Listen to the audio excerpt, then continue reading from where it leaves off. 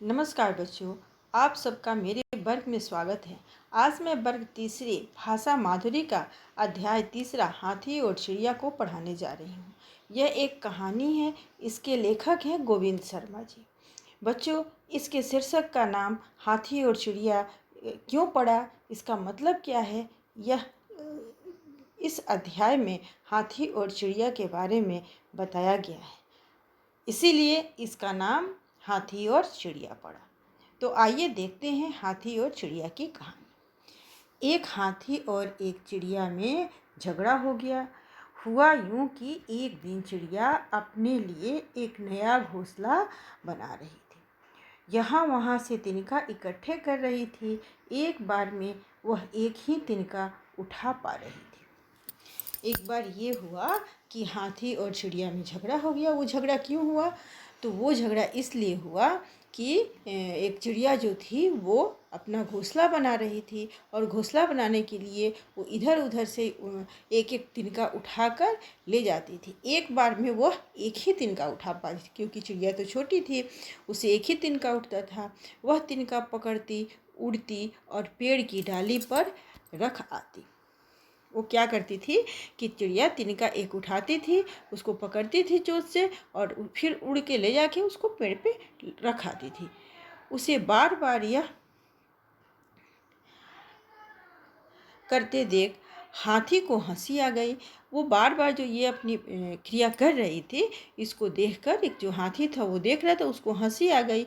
वह चिड़िया पर हंसता हुआ बोला, बेचारी इतनी छोटी, इतनी कमज़ोर है कि एक से ज़्यादा तिनका उठा ही नहीं पाती। वो हंसते हुए बोला कि बेचारी चिड़िया इतनी छोटी है और इतनी कमज़ोर है कि एक से अधिक तिनका एक बार में उठा ही नहीं पा रही है। मुझे यदि ऐसे तिनके उठाने पड़े तो मैं हजारों लाखों तिनके एक बार में उठा सकता हूँ। हाथी क्या बोला कि अगर मुझे ऐसा तिनका उठाना हो तो मैं एक बार में बहुत ढेर सारा यानी हजारों तिनके एक साथ में उठा सकता हूँ। घोंसला बनाने के लिए चिड़िया ने धरती पर गिरा पत्ता उठाना चाहिए। एक पत्ता जो था वो धरती पे गिरा हुआ था। चिड़िया क्या की कि सोची कि क्यों नहीं घोंसला बनाने में इस पत्ते का हम उपयोग कर लें। वो उठाना चाह रही थी, पत्ता कुछ बड़ा था, इसलिए उससे उठ ही नहीं पा रहा था। बार बार उसके मुंह से पत्ता जमीन पर गिर जाता। यह देख जो तो हाथी तो खूब हंसी। हाथी को यह देखकर हाथी को खूब हंसी आई। हंसते हंसते बोला, कुदरत ने तुम्हें बनाने में खूब कंजूसी दिखाई है। हाथी ने क्या बोला चिड़िया से कि कुदरत किसको? ईश्वर ने, है ना, भगवान ने तुम्हें बनाने में खूब कंजूसी दिखाई है। एक पत्ता तक तुमसे नहीं उठता है। वो बोला कि एक पत्ता भी तुमसे नहीं उठता है। मैं चाहूँ तो इस पूरे पेड़ को उखाड़ कर उठा सकता हूँ। हाथी बोला, अगर मैं चाहूँ तो पूरे पेड़ को एक बार में उखाड़ सकता हूँ।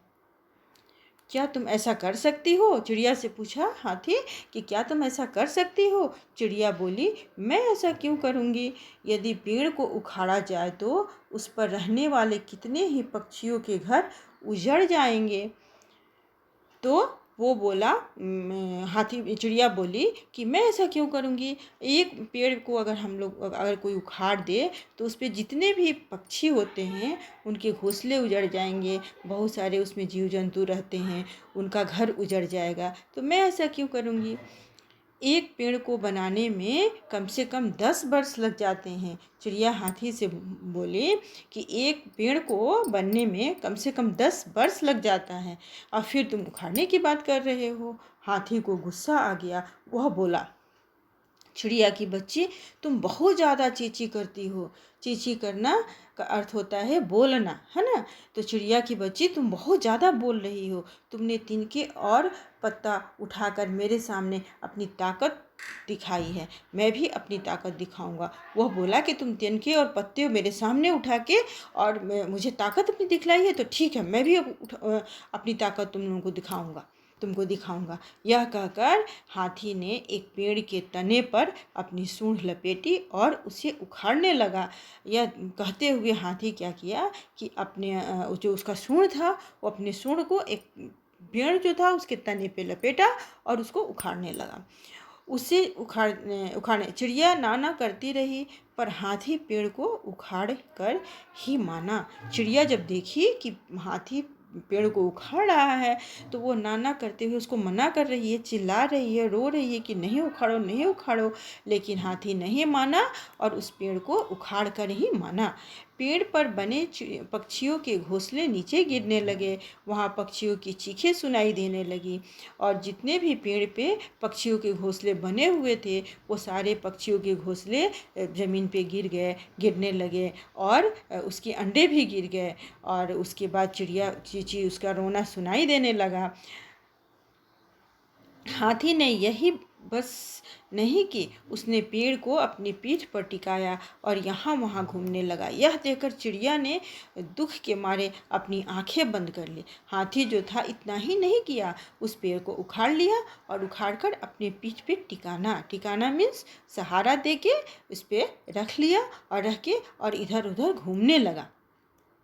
यह देखकर जो चिड़िया थी वो अपनी आंखें दुख से, उसको इतना दुख हुआ कि वो अपनी आंखें को बंद कर ली, कारण कि उस पेड़ पे बहुत सारी चिड़िया के घोंसले थे और बहुत सारे उसमें जीव जंतु थे, तो सारे बेघर हो गए। तो इसलिए चिड़िया को बहुत दुख हुआ और चिड़िया चींची करके रोने लगी, चिल्लाने लगी।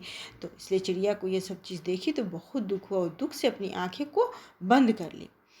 पर वहाँ एक आदमी भी था, इतना ही नहीं, वहाँ पे एक आदमी भी था। इन सारी घटनाओं को एक आदमी देख रहा था।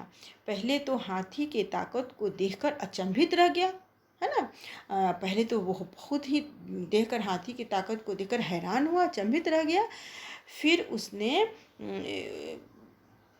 सोचा अगर इस हाथी को पकड़कर और काम पर लगा दिया जाए तो काफ़ी फायदा होगा। उसने इसके बाद आदमी ने जंगल के और हाथियों को काबू में किया, अर्थात काबू में कर लिया और सामान ढोने के काम पर लगा दिया। ठीक है बच्चों, अब सारे हाथी जो थे सारे हाथी पहले वाले हाथी पर बहुत गुस्सा करने लगे, कारण कि उन्हें तो उन्हीं के चलते, पहले वाले हाथी के चलते ही उनको काम पे वो लगा दिया, जो आदमी था काम पे लगा दिया और उनकी आज़ादी ख़त्म हो गई। पहले वाले हाथी को अपने किए हुए पर बहुत दुख हुआ, वह पछताने लगा, अफसोस करने लगा।